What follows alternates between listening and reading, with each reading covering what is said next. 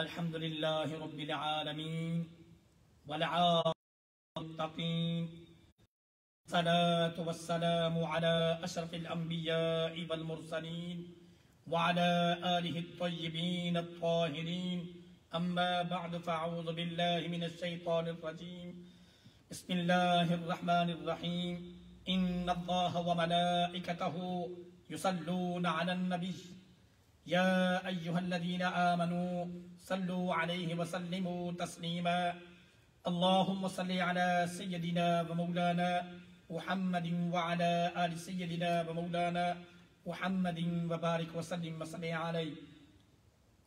हदिया दुरूद व सलाम के बाद सब तारीफ़ें उस खालिक कायनात के लिए हैं कि जिसने लफ्ज़ कुन से तमाम कायनात की तख्लीक फरमाई और तख्लीक फरमाने के बाद इंसान को अशरफुल मखलूक़ात बनाया और इंसान को अशरफुल मखलूक़ात बनाने के बाद इंसान के साथ पर इज़्ज़त और करामत का ताज पहनाया है।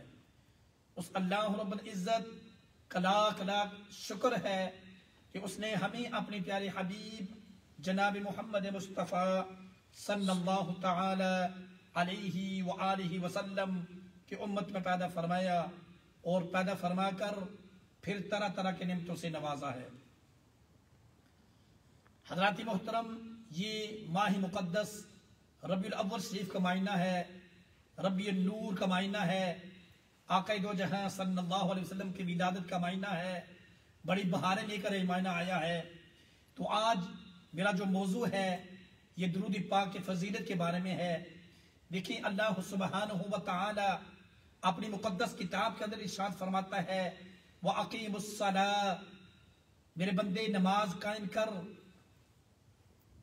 व आतुज़्ज़काह, मेरे बंदे ज़कात अदा कर। फिर अल्लाह सुब्हानहू व तआला इरशाद फरमाता है, या अय्युहल्लज़ीना आमनू कुतिबा अलैकुमुस्सियाम कमा कुतिबा अलल्लज़ीना मिन क़ब्लिकुम लअल्लकुम तत्तक़ून। ऐ ईमान वालो, तुम पर मैंने रोज़ों को फर्ज किया, कमा कुतिबा अलल्लज़ीना मिन क़ब्लिकुम, जैसा कि तुमसे पहले लोगों पर मैंने रोज़ों को फर्ज किया था, लअल्लकुम तत्तक़ून, ताकि तुम मुत्तकी परहेज़गार बन जाओ। फिर अल्लाह सुब्हानहू व तआला इरशाद फरमाता है, वलिल्लाहि अलन्नासी हिज्जुल बैती मन इस्तता इलैहि सबीला। ऐ मेरे बंदो, तुम में से अगर कोई साहिब इस्तिताअत है तो जिंदगी में एक मर्तबा मैंने उस पर हज को फर्ज करार दिया है। देखें, जुमला इबादत में अल्लाह सुब्हानहू व तआला हमें नमाज पढ़ने के बारे में इरशाद फरमाता है, हमें ज़कात करने के बारे में इरशाद फरमाता है, हमें रोजे रखने के बारे में इरशाद फरमाता है, हमें हज करने के बारे में इरशाद फरमाता है। मगर अल्लाह सुब्हानहू व तआला खुद नमाज नहीं पढ़ता, खुद ज़कात अदा नहीं करता, खुद रमजान के रोजे भी नहीं रखता, खुद हज भी नहीं करता। मगर जब उसके अपने प्यारे महबूब अलैहिस्सलातु वस्सलाम की दुरूद की बारी आती है, जब उसके यार की बारी आती है, तो अल्लाह सुब्हानहू व तआला अपनी मुक़द्दस किताब के अंदर इरशाद फरमाता है, इन्नल्लाह व मलाइकतहु युसल्लूना अलन नबी, बेशक मैं अल्लाह और मेरे फरिश्ते मेरे नबी पर दुरूद व सलाम भेजते हैं। या अय्युहल्लज़ीना आमनू सल्लू अलैहि व सल्लिमू तस्लीमा। ईमान वालो, तुम भी मेरे महबूब अलैहिस्सलातु वस्सलाम की जात पर कसरत के साथ दुरूद पाक पढ़ा करो। हज़रात मोहतरम, देखें, पूरी जुमला इबादत में से सिर्फ अल्लाह सुब्हानहू व तआला अपने बंदों को करने के बारे में इरशाद फरमाता है, इबादत करने के बारे में इरशाद फरमाता है। मगर जब उसके यार की जिक्र की बारी आती है तो अल्लाह फरमाता है, इन्नल्लाह व मलाइकतहु, बेशक मैं अल्लाह और मेरे फरिश्ते मेरे नबी पर दुरूद भेजते हैं। ईमान वाला, तुम भी मेरे नबी पर खूब दुरूद और सलाम भेजा करो। यहां पर एक सवाल पैदा होता है, कुछ लोग कहते हैं कि हम दुरूद नहीं पढ़ते, हम दुरूद खानी नहीं करते। मैं कहता हूं कि अल्लाह सुब्हानहू व तआला ने सिर्फ और सिर्फ अहले ईमान को दुरूद पाक पढ़ने के बारे में इरशाद फरमाया है, या अय्युहल्लज़ीना आमनू, ऐ ईमान वालो, खूब मेरे नबी पर दुरूद और सलाम भेजो। यहां पर सिर्फ और सिर्फ अल्लाह सुब्हानहू व तआला ने अहले ईमान को दुरूद पाक पढ़ने के बारे में इरशाद फरमाया है। अब जो बेईमान है वह दुरूद पाक पढ़ता नहीं है, जो ईमान वाला है वह दुरूद पाक पढ़ने से रुकता नहीं है। यानी क्या कि यहां पर अल्लाह सुब्हानहू व तआला सिर्फ और सिर्फ अहले ईमान को इरशाद फरमाता है। तो ईमान वाला दुरूद पाक पढ़ने से रुकता नहीं है, और जो बेईमान है वो दुरूद पाक पढ़ने की तरफ जाता नहीं है। हजरात मोहतरम, हजरत अनस बिन मालिक इस हदीस के रावी हैं। फरमाते हैं आका दो जहां सल्लल्लाहु अलैहि वसल्लम ने इरशाद फरमाया, क्या मेरी प्यारी सिहाबा, क्या मैं तुम्हें इरशाद फरमाऊं कि सबसे बखील, सबसे बदनसीब बंदा कौन है? तो सिहाबा किराम अर्ज करते हैं, या रसूल अल्लाह सल्लल्लाहु अलैहि वसल्लम इरशाद फरमाए, फरमाया मन ज़ुकिरतु इंदहु फलम युसल्ली अलैया, फरमाया जिस महफिल में मेरा नाम लिया गया हो, जिस महफिल में मेरा जिक्र किया गया हो, जो बंदा मेरी जात पर दुरूद पाक ना पढ़े, दुरूद पाक ना भेजे, उससे बदनसीब और कोई बंदा नहीं हो सकता। हजरत मोहतरम, हदीस पाक में तमीज़ शरीफ के अंदर हदीस पाक है, हजरत अम्मा आयशा सदीक़ा रज़ियल्लाहु ताला अन्हा, सहरी का वक्त था, आप कुछ कपड़े सी रही थी और अचानक आपके हाथ से सुई गिर गई और उस वक्त जो चिराग था वो भी बुझ गया। क्या हुआ? जब सुई गिरी, चिराग गुजरे, आसिया में जलवा गर हो गई, और जब कमरे के अंदर आका दो जहां सल्लल्लाहु अलैहि वसल्लम कमरे के अंदर तशरीफ फरमा हुए, तो आका ने हिस्सलात व सलाम के चेहरे मुबारक के रोशनी से हजरत अम्मा आयशा सदीक़ा रज़ियल्लाहु ताला अन्हा का कमरा इतना रोशन और इतना मुनव्वर, इतना मुअत्तर हो गया कि अम्मा आयशा सदीक़ा रज़ियल्लाहु ताला अन्हा को जो सुई गिर गई थी वो नबी पाक के चेहरे मुबारक के रोशनी से आपको सुई मिल गई है। और जब सुई मिली तो हजरत आयशा सदीक़ा रज़ियल्लाहु ताला अन्हा ने अर्ज किया, या रसूल अल्लाह सल्लल्लाहु अलैहि वसल्लम, कितना खूबसूरत और कितना मुनव्वर आपका चेहरा है। यानी अंधेरा था मेरे कमरे के अंदर, मेरे हुजरे मुबारक में अंधेरा था, जब आप तशरीफ फरमा हुए, आपका चेहरा, आपका कदम मुबारक अंदर जब आया तो इतने मुनव्वर और इतना रोशन मेरा कमरा हो गया कि मुझे सुई मिल गई। मेरे और आपके रहमत वाले नबी ने इरशाद फरमाया, वैलुल लिमन ला यरानी यौमल क़ियामा, आशा खराबी है उसके लिए, बदनसीबी है उसके लिए कि जिस महफिल में, उसके लिए बदनसीबी है कि जो क़यामत के दिन मुझे ना देख सकेगा। हजरत अम्मा आयशा सदीक़ा रज़ियल्लाहु ताला अन्हा फरमाती हैं कि या रसूल अल्लाह सल्लल्लाहु अलैहि वसल्लम, कौन है वो बदनसीब जो आपको क़यामत वाले दिन नहीं देख सकेगा? तो नबी पाक ने फरमाया मन ज़ुकिरतु इंदहु फलम युसल्ली अलैया, फरमाया जिस महफिल में मेरा नाम लिया गया हो और फिर उसने मेरी जात पर दुरूद पाक न पढ़ा हो, फरमाया क़यामत के दिन मेरे चेहरे को नहीं देख सकेगा। हजरत अल्लामा अब्दुल रहमान सफूरी रहमतुल्लाह अलैह फरमाते हैं कि कुछ ऐसे लोग होंगे उनको जन्नत में जाने के लिए हुक्म होगा मगर वो जन्नत का रास्ता भूल जाएंगे। फरमाया वो कौन लोग होंगे? फरमाया जो मेरा नाम सुना और फिर मुझ पर दुरूद पाक ना पढ़ा, वो जन्नत में जाने का रास्ता भूल जाएंगे। हजराती मोहतरम, हदीस पाक में आता है कि जब बंदा कोई दुआ करता है, यानी अपने गुनाहों के लिए करता है, अपने रिज़्क़ के लिए करता है, औलाद के लिए करता है, कोई भी दुआ अल्लाह सुब्हानहू व तआला की बारगाह में करता है, तो वो दुआ फरिश्ते एक प्लेट के अंदर रखकर अल्लाह सुब्हानहू व तआला की बारगाह में पेश करते हैं। हदीस पाक के अल्फाज हैं, इन्न दुआ मौकूफुन बैन अस्समाई वल अर्द, जिस दुआ के शुरू में मेरे और आपके रहमत वाले नबी की जात पर दुरूद पाक न भेजा गया हो, उस दुआ का कबूल होना तो दूर की बात है, वो दुआ फरिश्ते अल्लाह के बारगाह में पेश ही नहीं करते हैं। हजरात मोहतरम, से पता का चला है कि जब आप पहले भी दुरूद पाक पढ़ेंगे, दरमियान में अपनी दुआ रखेंगे, आखिर में भी दुरूद पाक पढ़ेंगे, तो अल्लाह पहले वाले दुरूद पाक और आखिर वाले लेगा तो दरमियान में आपकी दुआ को नहीं छोड़ेगा। दुरूद पाक की बरकत से जो आपके दरमियान वाले प्लेट के अंदर जो आपकी अल्लाह की बारगाह में इल्तिजा है, दुआ है, वो दुरूद पाक के सदके से अल्लाह अपनी बारगाह में मकबूल फरमा लेगा। तो फरमाया इन्न दुआ मौकूफुन बैन अस्समाई वल अर्द, जिस दुआ के शुरू में आका दो जहां सल्लल्लाहु अलैहि वसल्लम की जात पर दुरूद पाक न भेजा गया हो, वो दुआ कबूल होना तो दूर की बात है, उस दुआ को फरिश्ते अल्लाह की बारगाह में पेश भी नहीं करते हैं। हदीस पाक में इरशाद फरमाया कि ऐ मेरे प्यारे सहाबा, क़यामत के दिन सबसे मेरा ज्यादा करीब वो शख्स होगा जो मेरी जात पर कसरत के साथ दुनिया में दुरूद पाक पढ़ने वाला था। और फिर फरमाया कि तुम अपनी मदरसों को ज़य्यिनु मजालिसकुम, अपनी मजालिस को दुरूद पाक से मुज़य्यन किया करो। ये तुम्हारा दुरूद पाक पढ़ना तुम्हारे गुनाहों का कफारा और तुम्हारे बातन की सफाई है। फरमाया फसल्लु अलैहि सलातकुम सलातुन लकुम व ज़कातुन, फरमाया कि तुम्हारा दुरूद पाक पढ़ना मेरी जात पर ये तुम्हारे गुनाहों का कफारा और तुम्हारे बातन की सफाई है। यहां पर मुफस्सिरीन इकराम लिखते हैं कि जब बंदा कोई गुनाह करता है तो उसके दिल के ऊपर एक स्याह नुक्ता पैदा हो जाता है गुनाहों की वजह से। तो फरमाया उसको साफ करने का तरीका क्या है? तो मेरे और आपका रहमत वाले नबी ने इरशाद फरमाया लिकुल्लि शैइन तहारतुन व गुस्लुन व तहारतु कुलूबिल मुमिनीन, हर चीज को धोना होता है मगर जो मोमिनों को दिल है उसको कैसे साफ किया जाए। तो मेरे और आपका रहमत वाले नबी ने इरशाद फरमाया मेरी जात पर कसरत के साथ दुरूद पाक पढ़ने से तुम्हारे दिल के ऊपर जो वो नुक्ता पड़ा हुआ है ना, जंग है ना, वो साफ हो जाएगा। लिकुल्लि शैइन तहारतुन व गुस्लुन व तहारतु कुलूबिल मुमिनीन, मोमिनीन के कुलूब को साफ कैसे करना है? रहमत वाले नबी की जात पर कसरत के साथ दुरूद पाक पढ़ना है।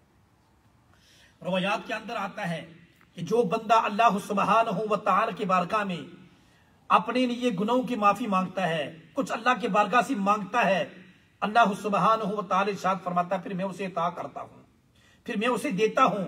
मगर जो मेरा बंदा मेरे महबूब अलैहिस्सलातु वस्सलाम की जात पर दुरूद पाक भेज कर मेरा कुर्ब हासिल करना चाहता है, मेरी बारगाह से तौबा करना चाहता है, कुछ मांगना चाहता है, वो दुरूद पाक जब पढ़कर आता है तो मेरे महबूब का जब वसीला पेश करके अपने गुनाहों को मद्देनजर रखता है, अल्लाह फरमाता गफरतु लहू ज़ुनूबहू वलौ कानत मिस्लु ज़ुबदतिल बहर। अल्लाह फरमाता है जब मेरा कोई बंदा मेरे महबूब अलैहिस्सलातु वस्सलाम की जात पर दुरूद पाक भेज कर मेरा कुर्ब हासिल करना चाहता है, मेरे रहमत वाले नबी का वसीला पेश करके कुछ मांगता है, गफरतु लहू ज़ुनूबहू वलौ कानत मिस्लु ज़ुबदतिल बहर। अल्लाह फरमाते चाहे उस बंदे के गुनाह समंदर की जान के बराबर क्यों ना हो, मैं उसको अपने नबी के रहमत के सदके से माफ कर देता हूं। हजरात मोहतरम, फिर अल्लाह रब्बुल इज्जत इरशाद फरमाता है, हदीस पाक के अल्फाज हैं, आका अलैहिस्सलातु वस्सलाम इरशाद फरमाते हैं कि जो बंदा आका अलैहिस्सलातु वस्सलाम की जात पर दुरूद पाक पढ़ता रहता है, अल्लाह रब्बुल इज्जत मोहब्बत की निगाह से उसकी तरफ देखते हैं। क्या जिसकी तरफ अल्लाह मोहब्बत की निगाह से देखे क्या फिर उसको जहन्नम के अंदर डालेगा? कभी ऐसा नहीं हो सकता है। हदीस पाक के अल्फाज हैं कि जो जुमे के दिन जो बंदा 1000 मरतबा दुरूद पाक पढ़ने वाला है, उस वक्त तक उसकी मौत नहीं आएगी जब तक वो जन्नत के अंदर अपना ठिकाना ना देख ले। और फिर हदीस पाक के अल्फाज हैं कि जो बंदा जुमे के दिन 80 मरतबा दुरूद पाक पढ़ता है, अपनी जिंदगी का ये मामूल बना लेता है, फरमाया उसके 80 साल के गुनाहों को माफ कर दिया जाता है। हजरात मोहतरम, अल्लाह सुब्हानहू व तआला अपनी मुकद्दस किताब के अंदर इरशाद फरमाता है, फज़कुरूनी अज़कुरकुम वश्कुरूनी वला तकफुरून, फज़कुरूनी अज़कुरकुम, मेरे बंदे तुम मुझे याद कर, मैं तुम्हें याद करूंगा। मेरे बंदे तुम मुझे जमीन की बस्तियों में याद कर, मैं तुम्हें अर्श की बुलंदियों पे याद करूंगा। मगर वाई का सीगा है, यहां पर अल्लाह रब्बुल इज्जत ये इन्हीं इरशाद फरमाता, फज़कुरूनी अज़कुरकुम, मेरे बंदे तुम मुझे एक बार याद कर, मैं तुम्हें 10 मरतबा याद करूंगा। ना फरमाया जब बंदा कहता है या अल्लाह, तो अल्लाह फरमाते या अब्दी, यानी एक मरतबा जब बंदा अल्लाह को याद करता है तो अल्लाह भी एक मरतबा अपने बंदे को याद करता है। मगर यहाँ पर काबिल गौर बात है, जब उसके यार की बारी आती है, जब उसके प्यारे महबूब अलैहिस्सलातु वस्सलाम की बारी आती है, तो फिर अल्लाह यहाँ पर अपने कानून को तब्दील कर देता है। अल्लाह फरमाते हाँ मेरे बंदो, जब मेरी बारी थी तो मैंने फरमाया फज़कुरूनी अज़कुरकुम, मेरे बंदे तुम मुझे याद कर, मैं भी तुम्हें याद करूंगा। तुम मुझे जमीन की बस्ती में याद कर, मैं तुम्हें फरिश्तों के महफिल में भी याद करूंगा। मगर एक मरतबा वाइट का सीगा है, तो मुझे एक बार याद कर, मैं भी तुम्हें एक बार याद करूंगा। मगर जब उसके यार के दुरूद की बारी आती है, उसके प्यारे मुस्तफा की बारी आती है, तो अल्लाह सुब्हानहू व तआला इरशाद फरमाता है कि जो बंदा मेरे महबूब अलैहिस्सलातु वस्सलाम की जात पर एक मरतबा दुरूद पाक भेजता है, मैं उसके 10 दर्जे बुलंद करता हूं, उसके 10 गुनाहों को माफ कर देता हूं और उसके 10 गुनाहों को माफ कर देता हूं, उसके 10 दर्जे बुलंद कर देता हूं। यानी उसके 10 दर्जात को बुलंद करता हूं, उसके 10 गुनाहों को माफ कर देता हूं और उसके 10 दर्जात को बुलंद करता है, उसके गुनाहों को माफ करता है, दर्जों को बुलंद करता है। यानी जब अपनी बारी आई तो एक एक मर्तबा फरमाया, जब मेरे रहमत वाले नबी पर जो बंदा दुरूद पाक भेजने वाला है, फरमाया मैं उसके 10 दर्जे बुलंद करता हूं, उसके 10 गुनाहों को माफ कर देता हूं। और दूसरी हदीस पाक के अल्फाज हैं, अल्लाह फरमाता है जो मेरे नबी पर एक मर्तबा दुरूद पाक भेजता है, मैं और मेरे फरिश्ते उस पर 70 रहमतें नाज़िल फरमाते हैं। हज़रात मोहतरम, हदीस पाक के अल्फाज हैं, फरमाया जब क़यामत का दिन होगा, सूरज की किरण तलवार की तरह काट रही होगी, जबान सूख कर कांटे की तरह हो जाएगी, प्यास की शिद्दत की वजह से जबान सूख कर कांटे की तरह हो जाएगी, इंसान पसीने के अंदर डूबा हुआ होगा। मगर मेरे और आपके रहमत वाले नबी ने इरशाद फरमाया कि 3 किस्म के लोग ऐसे होंगे जो अर्श इलाही के साए के नीचे होंगे। सहाबा इकराम पूछते हैं कि या रसूल अल्लाह सल्लल्लाहु अलैहि वसल्लम, वो 3 लोग कौन होंगे जो अर्श इलाही के साए के नीचे होंगे? मेरे और आपके रहमत वाले नबी ने इरशाद फरमाया, मेरे प्यारे सहाबा, पहला बंदा वो होगा, अगर इस दुनिया के अंदर कोई बंदा मुसीबत के अंदर मुब्तला हो, किसी ऐसे मुश्किल में मुब्तला हो, उस मुश्किल वक्त में उस दूसरे बंदे ने अपने उस मुसलमान भाई की मदद की होगी। फरमाया जब क़यामत के दिन सारे लोग जब तड़प रहे होंगे तो वो अल्लाह के अर्श के साए के नीचे होगा। फिर सहाबा किराम पूछते हैं कि या रसूल अल्लाह सल्लल्लाहु अलैहि वसल्लम, दूसरे नंबर पर कौन होगा? मेरे और आपके रहमत वाले नबी ने इरशाद फरमाया कि जिस बंदे ने अपनी जिंदगी में मेरी किसी सुन्नत को जिंदा किया, जिंदा करता रहा, फरमाया क़यामत वाले दिन अर्श इलाही के साए के नीचे होगा। सहाबा किराम पूछते हैं कि या रसूल अल्लाह सल्लल्लाहु अलैहि वसल्लम, तीसरे नंबर पर कौन होगा? मेरे और आपके रहमत वाले नबी ने इरशाद फरमाया तीसरे नंबर पर वो बंदा होगा जो कसरत के साथ अपनी जिंदगी में मेरी जात पर दुरूद पाक पढ़ने वाला था। हजरात मोहतरम, दुरूद पाक ये ऐसी इबादत है जब बंदा पढ़ता है उसी वक्त कबूल हो जाती है। हदीस पाक के अल्फाज हैं कि आका दो जहां सल्लल्लाहु अलैहि वसल्लम अपने सहाबा के साथ कहीं तशरीफ लेकर जा रहे थे। रास्ते में आका दो जहां सल्लल्लाहु अलैहि वसल्लम ने एक मुकाम पर आराम के लिए रुके। जब आराम के लिए रुके तो सहाबा इकराम ने आपके सामने खाना पेश किया। वो खाना क्या था? वो जौ की रोटी थी, बगैर सालन के थी। जब सहाबा इकराम खुद वो जौ की रोटी तनावल फरमाने लगे, अपने सहाबा में भी उस रोटी को तकसीम किया, तो क्या देखते हैं, एक शहद की मक्खी वो सहाबा इकराम के सरों पर आकर बड़ी जोरदार आवाज से बुन बना रही है। सहाबा इकराम पूछते हैं या रसूल अल्लाह सल्लल्लाहु अलैहि वसल्लम, ये शहद की मक्खी हमारे सरों पर इतनी जोरदार आवाज से क्यों बुन बना रही है? मेरे आपके रहमत वाले नबी ने इरशाद फरमाया, मेरे प्यारे सहाबा इकराम, हम जौ की रोटी बगैर सालन के खा रहे हैं, ये शहद के रखी मुझे ये पुकार पुकार कर कहती है या रसूल अल्लाह सल्लल्लाहु अलैहि वसल्लम, इस पहाड़ के करीब हमने शहद को तैयार कर रखा है, मगर हमारे पास इतनी ताकत नहीं कि हम आपकी खिदमत पेश करें। या रसूल अल्लाह सल्लल्लाहु अलैहि वसल्लम, आप अपने किसी सहाबी को मेरे साथ भेजें ताकि वो शहद लेकर आए और आप उसके साथ खाना तनावल फरमाएं, आप उसके साथ खाना तनावल फरमाएं। मगर जब शहद की मक्खी हजरत मौलाई कायनात को आका दो जहां सल्लल्लाहु अलैहि वसल्लम ने एक प्याला अता फरमाया, मौलाई कायनात उस मक्खी के साथ जहां पर उस पहाड़ों के अंदर वो शहद को तैयार किया था, मौलाई कायनात उसके साथ के शहद लेकर बरगे रिसालत में पेश किया। मेरे और आपके रहमत वाले नबी ने सारे सहाबा में तकसीम किया, तो सारे सहाबा इकराम ने जौ की रोटी उस शहद के साथ तनावल फरमाई और फिर वो मक्की आका अलैहिस्सलाम के साथ अर्ज़ मारूज़ कर रही थी, बातें कर रही थी। तो सहाबा इकराम अर्ज़ करते हैं या रसूल अल्लाह सल्लल्लाहु अलैहि वसल्लम, ये शहद की मक्खी आपके साथ क्या बातें कर रही है? मेरे और आपके रहमत वाले नबी ने इरशाद फरमाया, मेरे और आपके रहमत वाले नबी ने इरशाद फरमाया कि ए मेरे प्यारे सहाबा इकराम, ये शहद की मक्खी से मैंने पूछा कि इस जंगल में, बियाबान जंगल में, ये कड़वे फूल और बेमजा पत्तों का तुम रस चूसती हो, फिर तुम्हारा शहद मीठा और साफ और मुसफ्फा कैसे हो जाता है? हजरात मोहतरम, काबिल गौर बात है। नबी रहमत ने जब पूछा कि शहद की मक्खी, जरा ये तो बता इन पहाड़ों में, इन बियाबान जंगलों में बेमजा पत्तों को चूसती है, मगर तुम्हारा शहद मीठा और साफ कैसे हो जाता है?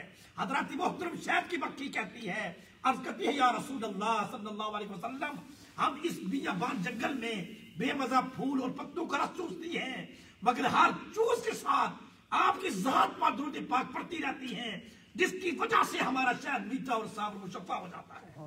हजरत मोहतरम, अगर एक शहद की मक्खी के सदके से शहद मीठा और साफ और मुशफ़्फ़ा हो जाता है, तो हम तो नबी का कलमा पढ़ने वाले इंसान हैं, अशरफुल मखलूकात इंसान हैं। अगर हम आका अलैहिस्सलातु की जात पर दुरूद पाक पढ़ेंगे तो हमारे नाकिस और मुकम्मल अमाल को अल्लाह रब्बुल इज्जत अपनी बारगाह में मकबूल फरमा लेगा। हजरत मोहतरम मोहम्मद बिन साद रहमतुल्लाह अलैह फरमाते हैं, क्या फरमाते हैं, बड़ी प्यारी हदीस फरमाते हैं कि मेरा मामूल था, मैं अपनी जिंदगी में हर रोज आका दो जहां सल्लल्लाहु अलैहि वसल्लम की जात पर दुरूद पाक पढ़कर सोया करता था। फरमाते मैं एक रात जब सो गया, मेरे मुकद्दर जाग के, फरमाते जब मैं सो गया, दुरूद पाक पढ़कर सो गया, तो कमली वाले आका ख्वाब के अंदर मेरे घर में तशरीफ फरमा हुए। मोहम्मद बिन साद फरमाते हैं कि मेरा मकान मुनव्वर और कस्तूरी की खुशबू ही खुशबू थी, और जब कमली वाले आका मेरे घर में तशरीफ फरमा हुए, फरमाने लगे मुंह से मुझ पर दुरूद पाक पढ़ते हो, मैं जरा उसका बोसा ले लूं। मोहम्मद बिन साद रहमतुल्लाह अलैह फरमाते हैं कि मैंने अपने रुखसारों को कमली वाले आका के सामने उनके करीब किया, तो कमली वाले आका ने मेरे रुखसारों पर बोसा दिया और फिर वापस तशरीफ ले गए। फरमाते जब मेरी आंख खुली तो मैंने देखा कि मेरे मकान के अंदर मश्क और कस्तूरी से मुअत्तर था, मुनव्वर था। फरमाते कि एक महीना मेरे रुखसारों से खुशबू आती रही। सुभान अल्लाह। हजरत मोहतरम, वो चेहरा कमली वाले ने इसलिए चूमा था कि उस चेहरे से हर वक्त कमली वाले आका पर वो दुरूद पाक पढ़ा करते थे। फरमाया मेरे प्यारे साथ अपने चेहरे को मेरे करीब करो, ताकि तुम जिस मुंह से दुरूद पाक पढ़ते हो मैं जरा उसका बोसा ले लूं। हजरत मोहतरम, आखिरी हदीस बयान करके इजाजत चाहता हूं। फरमाया इबादत दो किस्म की है, यानी नमाज, रोजा, हज, ज़कात, सदका खिरात, ये इबादत के एक किस्म ही है। इसका नाम है ज़न्नियुल कबूल इबादत। नमाज, रोजा, ज़कात, हज, सदका खिरात वगैरह ये सारी इबादत, इसका नाम है ज़न्नियुल कबूल। यानी कोई बंदा नमाज पढ़ता है, उसके पास कोई गारंटी नहीं कि उसकी नमाज कबूल हुई, हज कबूल हुआ, ज़कात कबूल हुई, यानी इसके अंदर जन है, गुमान है, शक है। मगर फरमाया कि दुरूद पाक पढ़ना ये इबादत की दूसरी किस्म है, इसका नाम है कतईउल कबूल इबादत। कतईउल कबूल इबादत है। फरमाया जिस वक्त बंदा पढ़ता है उसी वक्त उसकी इबादत को अल्लाह अपनी बरगाह में मकबूल फरमा लेता है। हजरत मोहतरम, अंदाजा लगाए, जब बंदा नमाज पढ़ता है तो अल्लाह फरमाता है बंदे मेरी मर्जी में कबूल करूं या ना करूं। जब बंदा हज करता है अल्लाह फरमाता है मेरी मर्जी कबूल करूं या ना करूं। ज़कात अदा करता है अल्लाह फरमाता है मेरी मर्जी कबूल करूं या ना करूं। फरमाया मेरे बंदे जब तू मेरे रहमत वाले नबी की जात पर दुरूद पाक भेजेगा तो मेरी मर्जी अब नहीं है, अब मैं उसी वक्त उस दुरूद पाक को मकबूल फरमा लेता हूं। फरमाया ये कतईउल कबूल इबादत है, जब बंदा पढ़ता है तो उसी वक्त मकबूल हो जाती है। हजरत मोहतरम, अल्लाह फरमाता है चाहे कोई कितना ही गुनाहगार हो दुनिया का, दरख्तों के पत्तों के मुकाबले में उसके गुनाह हो, बारिशों के कतरों के मुकाबले में क्यों न गुनाह हो, समंदर के जा के बराबर क्यों न गुनाह हो, अल्लाह फरमाता है जो बंदा मेरे कमली वाली आका की जात पर दुरूद पाक भेज कर उसका वसीला पेश करके मेरी बारगाह से अपने गुनाहों की माफी मांगता है, मुझे नहीं परवाह कि उसके गुनाह समंदर के जा के बराबर क्यों न हो, मैं उस दुरूद पाक के सदके से और कमली वाली आका के मोहब्बत के सदके से उस बंदे के सारे गुनाहों को माफ कर देता हूँ। हजरत मोहतरम, ये रबीउल अव्वल शरीफ का मायना है, इसके अंदर हम ये सिर्फ सुन्नी इस तरह नहीं बनते कि हम नारे लगाए, सिर्फ नारे लगाने से सुन्नी बंदा नहीं बनता, झंडे लगाने से सुन्नी नहीं बनता। अमली तौर पर हमें ये काम करना चाहिए कि हर घर के अंदर महफिल मिलाद हो, मगर सिर्फ झंडे और नारे लगाने वाले ना, दुरूद पाक की महफिल रखें, दुरूद पाक पढ़ें, घरों के अंदर अपनी मोह बिनों को, बच्चियों को भी बताएं वो भी दुरूद पाक पढ़ें, 24 घंटे दुरूद पाक पढ़ें। यही इबादत काबिल कबूल है। दुआ कीजिए अल्लाह रब्बुल इज्जत हमें इस माह मुकद्दस के फयूज व बरक़ात हासिल करने का अल्लाह हमें तौफीक अता फरमाए, और अल्लाह सुब्हानहू व तआला हम सबको कसरत के साथ आका दो जहां सल्लल्लाहु अलैहि वसल्लम की जात पर दुरूद पाक पढ़ने का अल्लाह हमें तौफीक अता फरमाए। व आखिर दवाना अनिल हम्दुलिल्लाहि रब्बिल आलमीन।